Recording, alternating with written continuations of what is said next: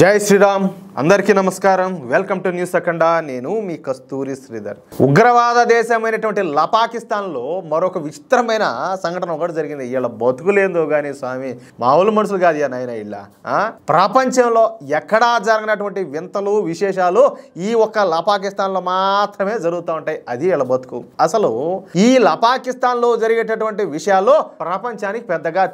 తెలియనివ్వరు కూడా చెప్పాలంటే కానీ కొన్ని సంఘటనలు అప్పుడప్పుడు ఈ సోషల్ మీడియా ద్వారా బయట ప్రపంచానికి తెలుస్తూ ఉంటాయి ఈ పాకిస్తాన్ జనాభా దాదాపుగా 25 కోట్ల వరకు ఉంటుంది అంటే మీకు అర్థమయ్యేటట్టు చెప్పాలంటే ఇప్పుడు మన ఉత్తరప్రదేశ్ జనాభా ఉంది కదా ఇంకా అట్ట అనుకోండి వీళ్ళలో అత్యధిక శాతం మందికి తినడానికి తిండి ఉండదు కట్టుకోవడానికి సరైన బట్ట ఉండదు ఉండేదానికి కొంపలు సరిగ్గా రీతిగా ఉండవు ఇక ఈ పాకిస్తాన్ జనాభా 25 కోట్లయితే వాళ్ళలో 20 కోట్ల మంది ప్రజలు దారిద్ర్య రేఖకు దిగునున్నోళ్లే అంటే అందరూ కూడా పేదరికంలో మగ్గిపోతూ ఉండేవాళ్ళే దీంతో ఈ పాకిస్తానీలకు పెద్దగా మెడికల్ ఫెసిలిటీలు కూడా ఉండవన్నమాట కాస్త డబ్బున్నటువంటి పాకిస్తానీలు మొన్నటి వరకు ప్రత్యేక వీసాల మీద మన భారతదేశానికి వచ్చి ట్రీట్మెంట్ చేయించుకొని పోతా ఉన్నారు కానీ ఇప్పుడు ఆ అవకాశం కూడా లేకుండా పోయింది మొన్న ఏప్రిల్ 22వ తారీఖున పహల్గామ్లో జరిగినటువంటి ఉగ్రవాద దాడి మూలంగా మన మోడీ ప్రభుత్వం ఈ పాకిస్తానీలకు అన్ని రకాల వీసాలను క్యాన్సిల్ చేసి పారదొబ్బింది అంతే కదా వాళ్ళేమో మన వాళ్ళ ప్రాణాలు తీయాలా మన దేశానికి కూడా వచ్చి ట్రీట్మెంట్ చేయించుకొని పోవాలనా కరెక్టేనా కాదా ఏమంటారా పాకిస్తాన్ రోగులకు ఇచ్చేటటువంటి ప్రత్యేక వీసాలను కూడా రద్దు చేసి పారేశారు దీంతో పాకిస్తాన్ రోగులు ఇక తప్పనిసరి పరిస్థితుల్లో పాకిస్తాన్లోనే వైద్యం చేయించుకోవాల్సి వస్తుందన్నమాట అయితే మొన్నటి వరకు పాకిస్తాన్లో మన భారతదేశంలో తయారయ్యేటటువంటి మెడిసిన్లనే దుబాయ్ ద్వారా డైరెక్ట్ గా మనం పాకిస్తాన్కి ఎక్స్పోర్ట్ చేయము కాబట్టి వాళ్ళు ఏం చేస్తా ఉన్నారు ఇక్కడ నుంచి దుబాయ్కి తెప్పించుకొని దుబాయ్ నుంచి పాకిస్తాన్కి పంపించుకుంటా ఉన్నారు అర్థమవుతుందా అదొక వ్యాపారం అదొక రూట్ అనమాట కానీ ఇప్పుడు ఆ ఫెసిలిటీ కూడా లేకుండా పోయింది మోడీ ప్రభుత్వం కనుక్కొని ఆ రూట్ను కూడా తెగ నరికేసిందనమాట పాకిస్తాన్కు ప్రత్యక్షంగాను పరోక్షంగాను ఎటువంటి మెడిసిన్లు కూడా విక్రయించకుండా భారత ప్రభుత్వం నిషేధం విధించింది దీంతో ఇప్పుడు పాకిస్తానీలకు నరకం అంటే ఏంటో కనపడుతుంది ఇప్పుడు డబ్బున్న పాకిస్తానీలు ఎక్కడికి వెళ్ళలేరు అంటే ఏ దేశానికి పోలేరు కారణం ఏందయ్యా అంటే పాకిస్తానీలకు మరి ఏ దేశం కూడా వీసాలను ఇవ్వడం లే ఎందుకంటే వీళ్ళు ఉగ్రవాదం ఉన్న కొడుకులు వాళ్ళ సానుభూతి పనులు అని చెప్పేసి ఇలా మాట ఎత్తుకుంటేనే భయపడిపోతారంటే సాటి ముస్లిం దేశాలు కూడా మిగతా దేశాలు పక్కన పెడితే సాటి ముస్లిం దేశాలు కూడా పాకిస్తాన్కు వీసాలను అయితే నిరాకరిస్తున్నాయి ఒకవేళ టర్కీ మలేషియా వంటి దేశాలకు వెళ్ళినప్పటికీ అక్కడ వైద్యం చేయించుకోవాలంటే ఇంకేం ఉండేది కూడా అమ్ముకోవాలా అంటే తడిసి మోపుడు అవుతుంది అనమాట దీంతో దిక్కు తోచనటువంటి పరిస్థితుల్లో ఈ పాకిస్తానీలు పాకిస్తాన్లోనే వైద్యం చేయించుకుంటున్నారు ఇకపోతే దీనినే ఈ పాకిస్తాన్లో ఉండే డాక్టర్లు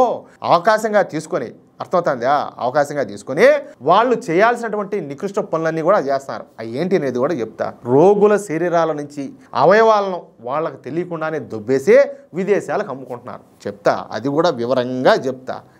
పాకిస్తాన్లో పంజాబ్ అనే ప్రావిన్స్ ఒకటి ఉంటుంది అనమాట మనం రాష్ట్రం అంటాం కదా వాళ్ళు ప్రావిన్స్ అని చచ్చారు వాళ్ళ బతకలకు ఈ పాకిస్తాన్లో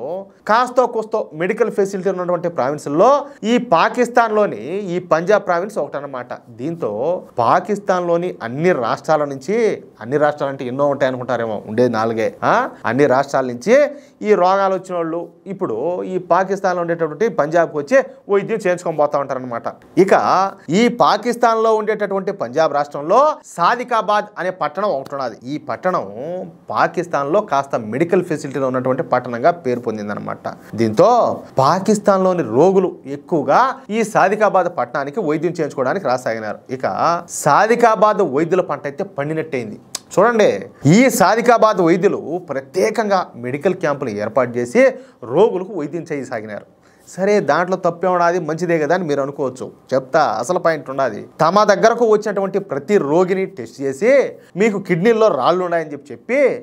వాళ్ళు కడుపు నొప్పనో లేకపోతే ఇంకోటి ఏదో పోయింటారు నడుము నొప్పనో ఏదో చెప్పి నాయనా మీ కిడ్నీలో రాళ్ళు ఉన్నాయని చెప్పి వాటిని ఆపరేషన్ చేసి కిడ్నీలో ఉండే రాళ్ళు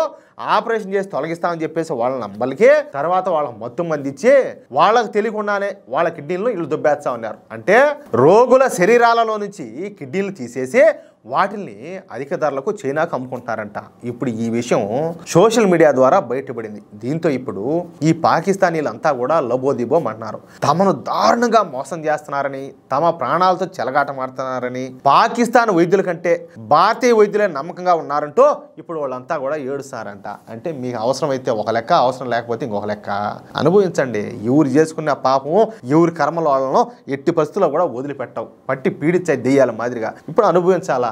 ఉగ్రవాదులకు సపోర్ట్ చేస్తారా? వాళ్ళకి మద్దతు పలుకుతారా? అటు వాళ్ళకి జిందాబాలు కొడతారా? పడి సావండి. ఏమవుతుందే? మిత్రులారా, ఎట్లా న్యూసా? ఈ న్యూస్ కనుక మీకు నచ్చినట్లయితే ఖచ్చితంగా ఈ న్యూస్ నలుగురికి షేర్ చేయండి. అదేవిధంగా ప్రతి ఒక్కరూ కూడా మీ యొక్క అమూల్యమైన అభిప్రాయాలను ఖచ్చితంగా స్పష్టంగా కామెంట్ రూపంలో తెలియజేయండి. ఇంకో విషయం ఏంటంటే, ఇంతవరకు మీరు కనుక మన ఛానల్ను సబ్స్క్రైబ్ చేసుకున్నట్లయితే ఖచ్చితంగా ప్రతి ఒక్కరూ కూడా మన ఛానల్ను సబ్స్క్రైబ్ చేసుకోండి, సపోర్ట్ చేయండి ప్లీజ్. జై శ్రీరామ్, జై హింద్.